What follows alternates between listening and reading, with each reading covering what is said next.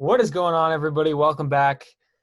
And today we're doing a new segment on Rizzocast called Why I Love the Game. And it's going to be a round table of people such as we have here, as you may have noticed. And this is the SF Giants Elites group chat, which I'm in, and it's a strong energy group with a lot of great live tweeting, live messaging. And they follow the San Francisco Giants, and beyond that, they follow Major League Baseball. And I'm excited to have people come on here and talk about their baseball stories. I thought it would be a good idea. So I'm very excited to do this. So let's kind of introduce everybody here. We have Sophie from Texas. Sophie, if you could give us a wave. Hey. We have Kevin from Phoenix, if you could give us a wave. Then we have Brennan from the Bay Area. And then we have, of course, Isaac from El Cerrito. And we're going to be talking about why we love the game and kind of our favorite baseball stuff, how we got into the game, etc. So I'll start this off. And the first question here is simple, and this is how we're going to lead it off. How you started to love the game and how you kind of started to follow the game. So I'll answer it first. The 2010 Giants for me was really the beginning. I was 8 years old when they won the World Series. It was amazing to watch. And I remember watching Tim Lincecum throw a complete game two-hitter against the Atlanta Braves. Completely dominant. And Roy Halladay actually threw a no-hitter the night before in Philadelphia, and Lincecum's game had a higher game score than Halladay's, and made me fall in love with that guy. I mean, he's just like everybody else. He had In-N-Out Burger before every start. So following that team and following Tim Lincecum was kind of the start of the love affair for me. So we're going to kind of go around the horn here. We'll start with Isaac here. Isaac, when did you start loving the game and how did you start following it? Well, ever since a young age, I feel like my dad kind of introduced me to the game slowly, but I feel 2010 is when I really started following it for myself. And I just remember reading through the sports page every morning, reading about that exciting group, Pat the Bad, Cody Ross, Huff, who now we found out is an asshole, but it is what it is. And then just reading about that exciting group, that really started my love for baseball. And then around that age is when I actually started playing. So the combination with the Giants being great and then me playing, that just made my love for baseball strong and started it. Awesome. What about you, Brennan? Well, I'd been going to games ever since I was little, but for me, I didn't understand what was going on, so it was more of a family outing. 2013 is when I started to actually understand what was going on, and 2014 was the first year I started playing baseball, and so then I didn't watch because at that point my family didn't have a way to watch the game, so I just listened to them on the radio, and then I started to get more into the game, understanding what was going on, and I didn't really follow it. So I wasn't too excited about the Giants winning the World Series that year because it's what I grew up with, and I thought it was just a normal thing. They did it all the time, and so yeah. And then the next year, 2015, I was actually able to watch the games, and that's when I started following the sport and falling in love with it. Awesome. Yeah. I didn't start watching full time until 2011 either, but 2010 was kind of my first glimpse of it. Kevin, what about you? When did your love affair start? So actually, I don't watch baseball at all. I actually really hate the sport. I don't know how I ended up here. No, I'm just kidding. But it kind of just always was in me. I don't have a specific day that I fell in love with this team. It's just my dad worked for a company where once a year we'd get sweet tickets to the games. So all my childhood memories were at AT&T Park watching Barry Bonds and just seeing that. And then I played Little League from age 3. So I just always loved baseball. Baseball was always my sport. And I just kind of just fell in love just watching the games. And I became super obsessed with the MLB video games. I had MLB 2K6 on the PlayStation, and I play that all the time. And every single year since I've gotten a baseball game, so I've kind of just been obsessed with it, and it's just never ended. Yeah, we have some legendary MLB The Show players in here that I know. Sophie, what about you? So my experience is pretty similar with Kevin. My mom worked for a company where we would get tickets every year, and they were always Battle of the Bay games against the A's, which are pretty exciting games every year. So for as long as I can remember, I grew up sitting in AT&T Park watching Affelt and Kane and Madison when he got drafted and Timmy and stuff. So I think I've always had a love for the game, just growing up around it. When you're sitting in the park and you see it every year, the more you grow up, the more the game grows up with you. And I think that's also a very special thing. So yeah, probably around 2010 though was when I really started fully understanding the game and how it all works and stuff. Awesome. So we all have one player or a couple players that are near and dear to our hearts. I have a couple. In terms of Giants, I mentioned Tim Lincecum. In terms of current Giants, I think we're all in agreement that Mauricio Dubon is absolutely in every step of the way. He's on the energy he brings to the field. He's a good-looking dude.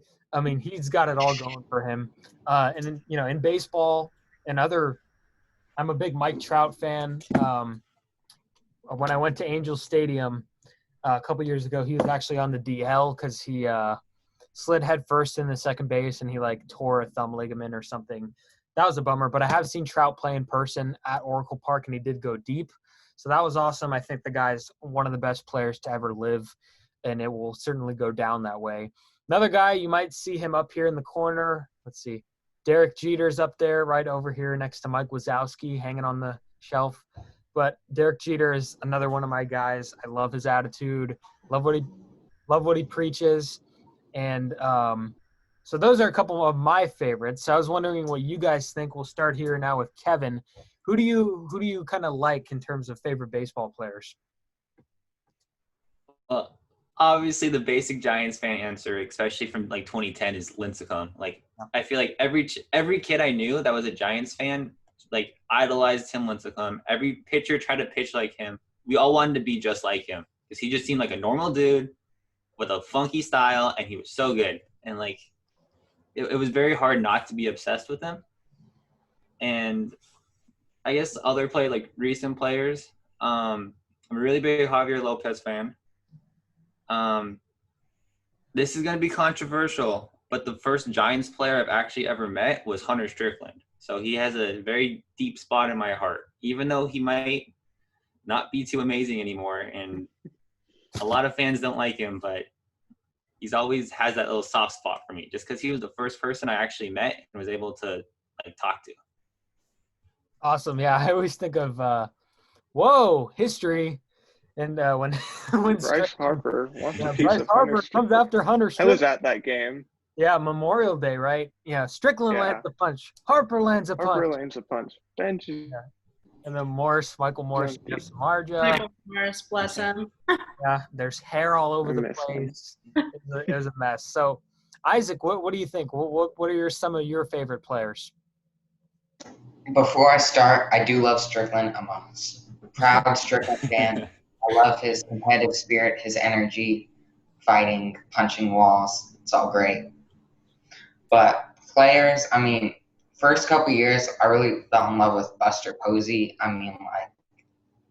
He was a rookie in 2010, I think, and that's as soon as I started getting into the game. Mm-hmm. So the more he played, the more I knew about baseball. So we kind of grew up together. Not really, but you get what I'm saying? And then 2014, I really loved Pence and Bumgarner.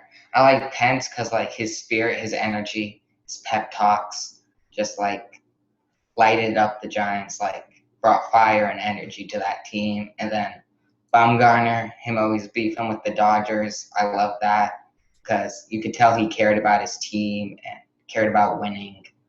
And yeah. Awesome. So if you guys are listening, you won't be able to see this, but if you're watching on YouTube, you will. Speaking of Hunter Strickland, there he is when he came back, and a lot of fans were excited to see him. So there's my plug. Brennan, what about you? Who's your favorite players? Well, when I like very first started watching, like I think the only player I really knew existed, Buster Posey. So he was like automatically my favorite because like everyone was talking about him. He was the only one I knew. I'm too young for Barry Bonds, so um, and then after that, when I first started getting more into the sport, Bumgarner was my guy because I loved how he could pitch well and hit well. I just thought that was super cool. And and then later on, like I started liking the guys who just like brought fun to the field, like Pence and Romo. And then, but currently, I would say my favorite players are obviously Mauricio Dubon as well as Tyler Rogers because I love the way he pitches. It's so cool to me. And then Hunter Pence, even though he not doing too well this year, I just like his like how fun he is, the type of guy he is. Yeah, it's funny you mentioned Rogers. I actually, he's on my list too. I really like him. I saw him first pitch a couple years ago in San Jose, and this guy was ready, 3-4 years ago to come up to the big leagues, and it's crazy that he's finally getting his opportunity. But me and him I wasn't as low as him. I didn't go as low as him. I don't see how anybody could, but I was down low for a while, and then I kind of raised it up past couple years. But of course, he's very fun to watch. Sophie, what about you? So the first player I fell in love with in 2010 was, Tim Lincecum. He's a fan favorite. He's our golden boy, and then Bumgarner. We always bought tickets to whenever he was pitching, specifically him and Tim. So Bumgarner, and Romo has a pretty special place in my heart because he was the first Giants player I ever met. Um, so Romo and I love Marco Scutaro, one of my all-time favorite players. I think we can all agree that Scutaro is a pretty big man in the franchise. But as of current, Dubon goes without saying. I'm really excited for Yastrzemski, obviously. It's going to be cool to see what he can achieve in the upcoming years in the season. So, yeah. Yeah, it's Dubon definitely has a lot going for him. So we all love Mauricio Dubon. All right, next one we have here is, as I pull up my list because I found the Strickland picture and now I got to go back. Favorite ballpark food and why? So pretty much what I do when I go to the ballpark is I bring in food. And Oracle Park is great that you can do, you can bring in food. Some places don't allow it. But if I am eating at the park, which is a budget blower, by the way, I like hot dogs. I like the garlic fries. I would eat those. That's pretty much it. I mean, sometimes I'll go with the popcorn, but the popcorn's too sweet for me. But ballpark food, I mean, there's a lot of good options. So Sophie, we'll start with you. What is your favorite ballpark food and why? So my favorite ballpark food, I have like a kind of like a nostalgic favorite and then kind of a new one. So my nostalgic favorite is obviously the garlic fries. I mean, growing up, that's the thing that you get at the Giants ballpark. It's just very true to the city, true to the area, and I think that's really special. But lately, in like the last 4 years or so when I go, I've been kind of going and getting like the Mission style like tacos or like the bowls, just because Mission style is really close to home for me as well. So it's good to have both of those things that kind of bring me back home and kind of root me back into the Bay Area. Brennan? I could go on for a while about all the foods I like. I'm not gonna do that, but there are definitely a lot of foods that I get at the games. I'm fortunate enough to live pretty close to the stadium, so I get to go often and have the food a lot. But my go-to is I always get garlic fries, And if it's a day game, I get ice cream. And if it's a night game, I get hot cocoa. Oh, okay. And I'll usually have like at least one other thing, like maybe hot dog or a churro or cotton candy or something. It's really expensive, but it's also really, really good. Yeah, I like to get those. I just thought of this. I like to get those lemonade, the frozen lemonades, with the wood thing as the stick or whatever. And I I like those, but like I can't finish them. So there's a lot of things at the ballpark that I like, but I can't finish. Um, so that's kind of interesting. Isaac, what about you? I mean, like you, I tend to bring in food because it's very expensive. But I gotta go with hot dog and Dibs ice cream. That's usually what I get at games because you can get that Giants games, you can get that A's games, get that any stadium. But garlic fries are also great. But just hot dog, Dibs ice cream is usually what I do. Kevin?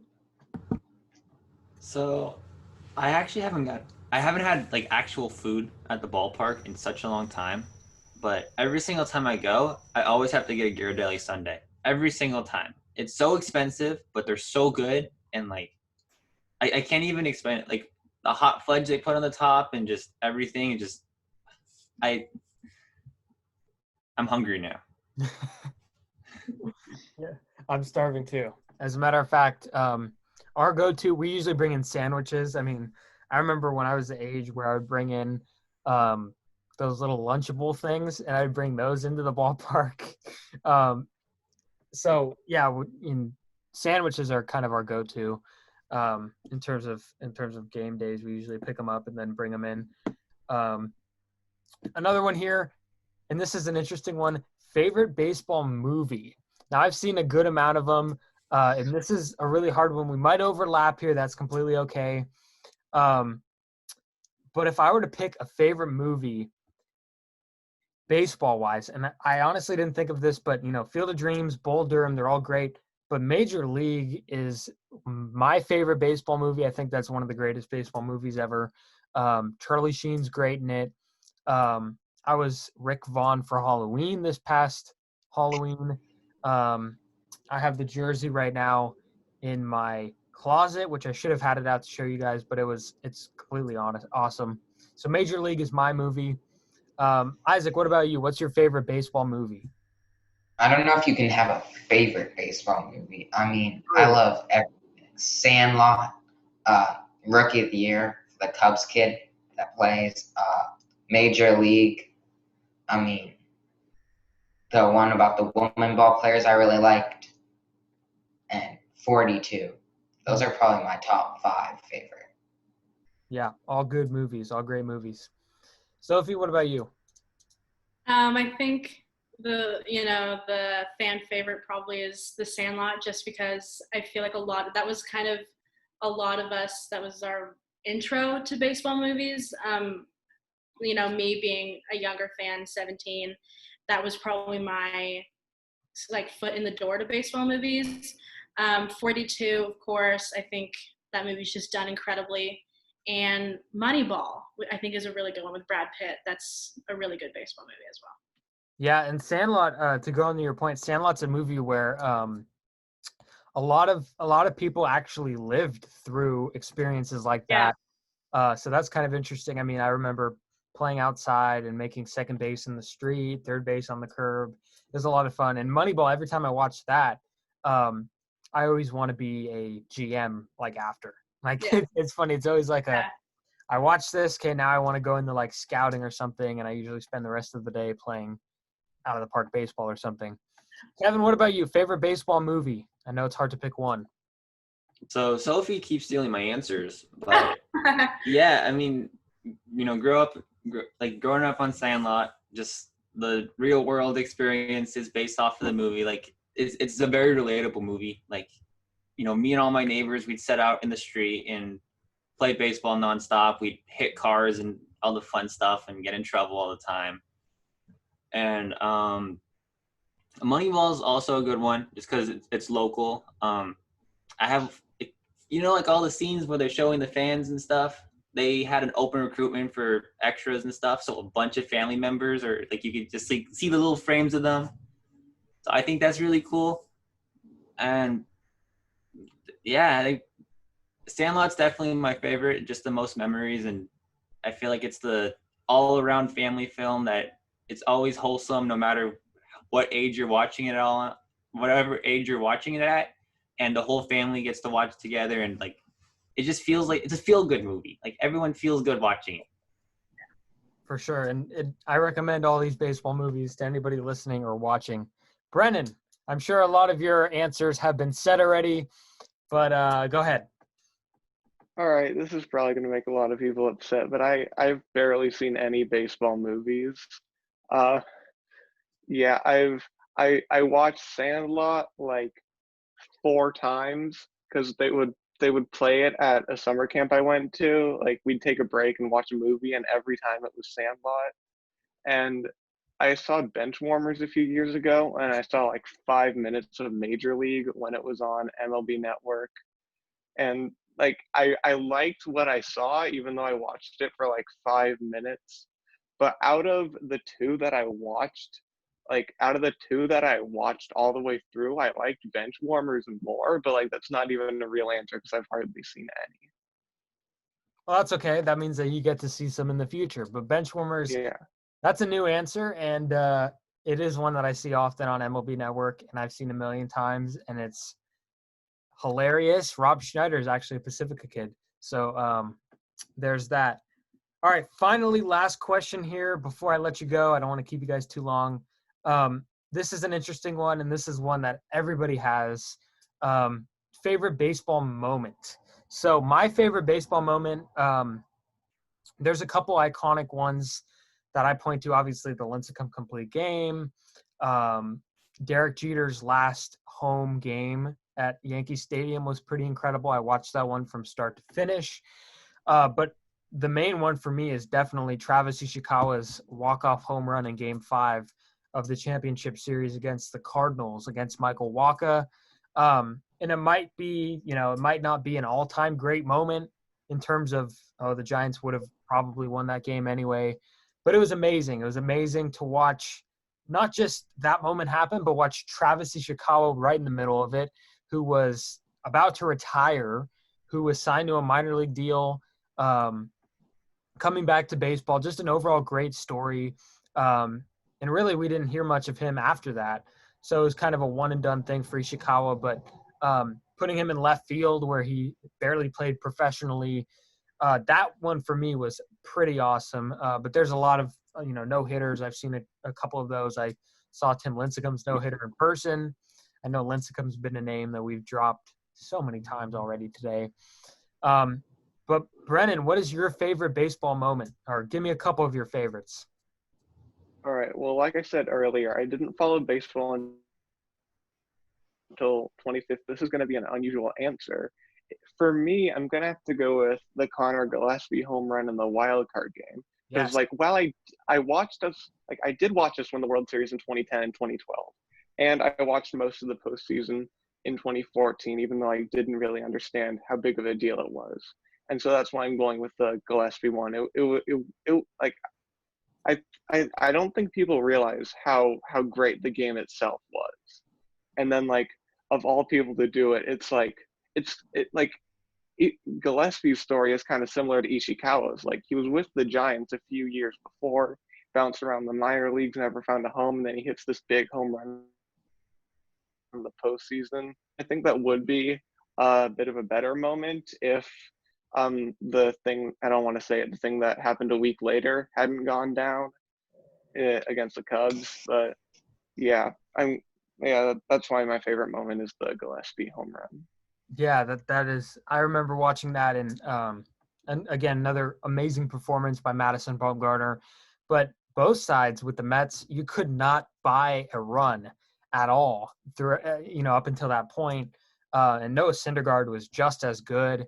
And I remember watching that. I threw my hands up. Great moment. He was all happy running the bases. Just pure excitement. Sophie, what about you? Favorite baseball moments? Let's hear it. one of my all-time favorite moments is definitely Bumgarner walking out of that bullpen, seeing the crowd just react, and they're like, man, this is getting serious, and like, we're about to be done. That's one of my favorite moments. And just seeing the crowd react is always one of the best things. And, knowing how dialed in Bumgarner is for every single game he plays and never getting out of that mindset, I think is very important. And he showed that through his very long time with the Giants. Another one of my favorite moments, probably Hunter's yes, yes, yes speech. That's one of my favorite moments. I think it really brought the city together and really gave us a sense of, all right, we can do this. Let's get it done. And I think that's also very important to have. I was at that game. Yeah, it was the last game of the regular season, wasn't it? Yep. Yeah, and that was really the slogan for the entire postseason going forward. And the Giants in either of those 4 series, counting the wild card game against Pittsburgh, they were not projected by any big time. And I guess this goes for their entire dynasty, if you want to call it that, run. Yeah. They were not favored in any of those series. And you mentioned Bumgarner coming out of the bullpen. I thought his postseason legacy was, I thought we saw as high as it could get during 5 when he threw the shutout. And then it just climbed even further. And he won MVP, he got the truck. We saw the Chevrolet guy have a panic attack on camera, which was awesome. But that was, he had underwear named after him. So he was an overall icon at that time. Yeah, and to add another one really quick before my turn is over, I just remembered this. Bochy's retirement, seeing Tim Lincecum come out of those gates. Oh my God. Was incredible. I think we all kind of had an idea, but Tim is just so very to himself, like he always has been. So it was always kind of, I don't know, maybe, but seeing him come out of those gates was a really big thing. Can I say something about that? Go for it.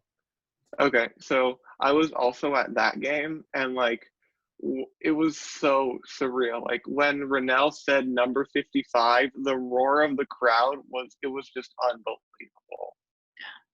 Yeah, for sure. And I was there too. I have a knack for going to those games. I went to Kane's last game. I went to Barry Bonds' number retirement ceremony, and I went to Boch's last game. And that's a good answer because nobody could get a hold of this guy. Yeah. Like you mentioned, he keeps to himself. I mean, you talk to guys like Cody Ross. Cody Ross never gets his text messages returned. Bochy can't get a hold of him. And, there was a report that came out earlier that day that he was there. So during the game, I knew he was there, but still, I mean, I had goosebumps, and seeing all the former players come out, that was a truly amazing moment. Kevin, what about you? Favorite baseball moments? I definitely got to start off Bond 756. That was I just remember watching it with my dad, and we were just the whole time we were just like, okay, is this gonna happen now? Is it gonna happen now? And then it happened. We both jump up and start screaming and stuff. Even though I kind of barely knew what was going on, I knew it was a big moment in history. Other moments that just top of my head. Obviously, 2010, there were so many amazing moments. I remember, especially the series against the Rangers. Just there was a game on Halloween, and I guess this is more of a personal experience. But we were trick or treating, and there was somebody who had the game on in their garage, and every single person who walked by stopped and sat down and watched the game. And there was just a ginormous group of people just watching the game together, and the atmosphere there, we were all screaming every single play. That whole playoffs for me was just so every day I'd just be shaking oh my God, this is happening. Obviously the final game with Reneria's home run and just everything, and then was it 2012 with Posey's slam against the Reds? That was a big moment. That definitely Yeah. I think a lot of people thought we were out being down 2-0, and then we come back, and then the next series we're down 3-1, then we come back, and just all those comebacks in 2012, like the torture, the shaking, just getting over those were just so huge. And then the easy sweep over the Tigers, just Pablo's 3 home run game, that was crazy. Destroying their rotation, just all the playoff series just have like such a deep spot in my heart. And like, yeah, I just remember watching all of them and how excited and happy I was just seeing those on the screen and going to like the watch parties and stuff. And yeah. Yeah, that, you brought up a couple points that I want to touch on. That Posey Grand Slam was probably one of the top 5 hits in the entire franchise's history. That was absolutely huge. And another one that I think of now that is a big memory of mine, Barry Zito. I mean, unbelievable performance. I think it was Game 5 of the division championship series in St. Louis. And I still to this day, the prettiest game I've seen pitch. Not the best game, but the prettiest game. The way his contract was looking up until that point. A couple other underrated notes about that 2012 playoffs. Gregor Blanco in Game 2 actually hit Doug Fister in the head. I remember that really well for some reason. And you could read lips. They were like, "Where are you?" And he's like, "San Francisco. It's Game 2, and I'm pitching." And they were doing like the concussion test. So I remember that. Yeah. And Ryan Vogelsong getting Miguel Cabrera to pop out. The bases were loaded. Cabrera, a Triple Crown winner. Getting him to pop out in that situation was amazing to end the inning. And also Jeremy Affeldt getting the heart of the Tigers order, struck out the side. Delman Young was there too. That was amazing to watch. I'm reminiscing big time here.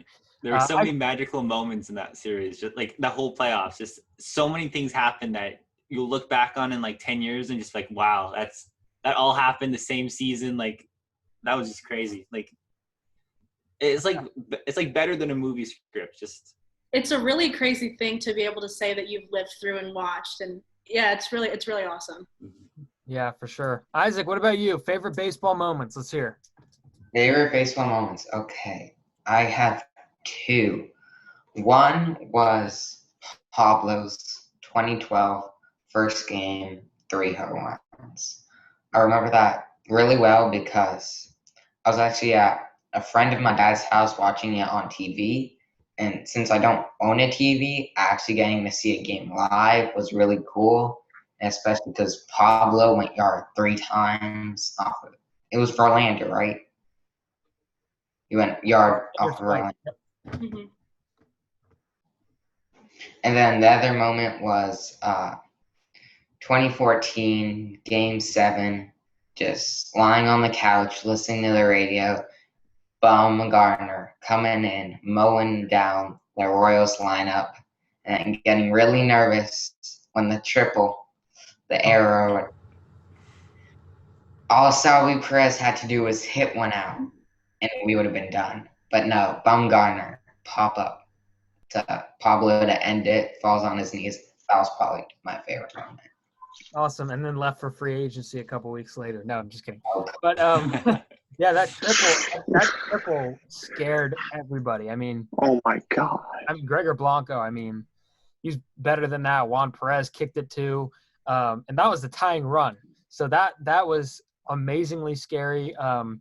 And I like listening to Sandoval's, John Miller's call on KNBR of Sandoval's 3rd home run. He said something like, "And Pablo Sandoval looks like the babe himself has come back to life." And it's just, it's a great call, for sure. But before we leave, I have to play something that our friend Brennan tweeted at me earlier, and he made this video of Dwayne Kuiper, voice of the Giants, on TV.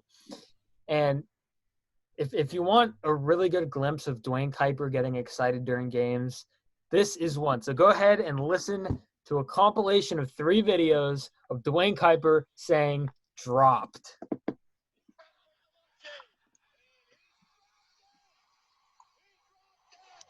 Swing and drive. Hit to deep left center field. going to win the game. Phelps steps on home plate. Unbelievable. High into right center field. A long run for Enciarte. Enciarte dropped it. Braddock is headed to third. This game is tied. Real quick, here's the DeLucci one again. And he's dropped it. He dropped it. It honestly sounds like the fact that he repeated himself. He dropped it. He dropped it. It's amazing, and I just had to play that because it's great. We truly have like the best commentators in the league. do. Like, I don't get how, especially Dodger fans, say that they're not so good. And it's like, no, they're definitely the best. They bring so much more magic to every game. Like, they keep the excitement up. Like, if you watch like a White Sox game, for example, like I get really bored watching White Sox games. Like, the commentators are dry. The Southern dude has his home run call. That's kind of annoying. And he retired, so. Oh, okay. No longer. Yeah. But, yeah, commentators do really add a lot to the game, and you don't really, and we're blessed to not really know what it's like to not have that. Mhm. But I think watching other games, you really see how crucial it is to a game. And there's an example right there. If Dwayne Kuiper was not enthusiastic and exciting, we will probably have never heard that clip. Yeah. So but yeah, we really do have a great broadcast team.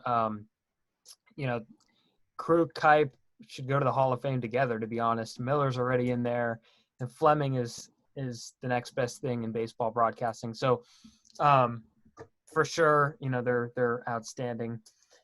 Guys, thank you again for coming on. I appreciate it. It was a lot of fun. Thanks for having us. Yeah, Thank for you. sure. It was a lot of fun, and I hope we could get more people on Roundtable, this new segment. It's going to be a lot of fun, but I'm excited for this series for sure. So thank you guys for coming on. Thank you guys for listening. You guys could follow RizzoCast on Twitter and Instagram at RizzoCast.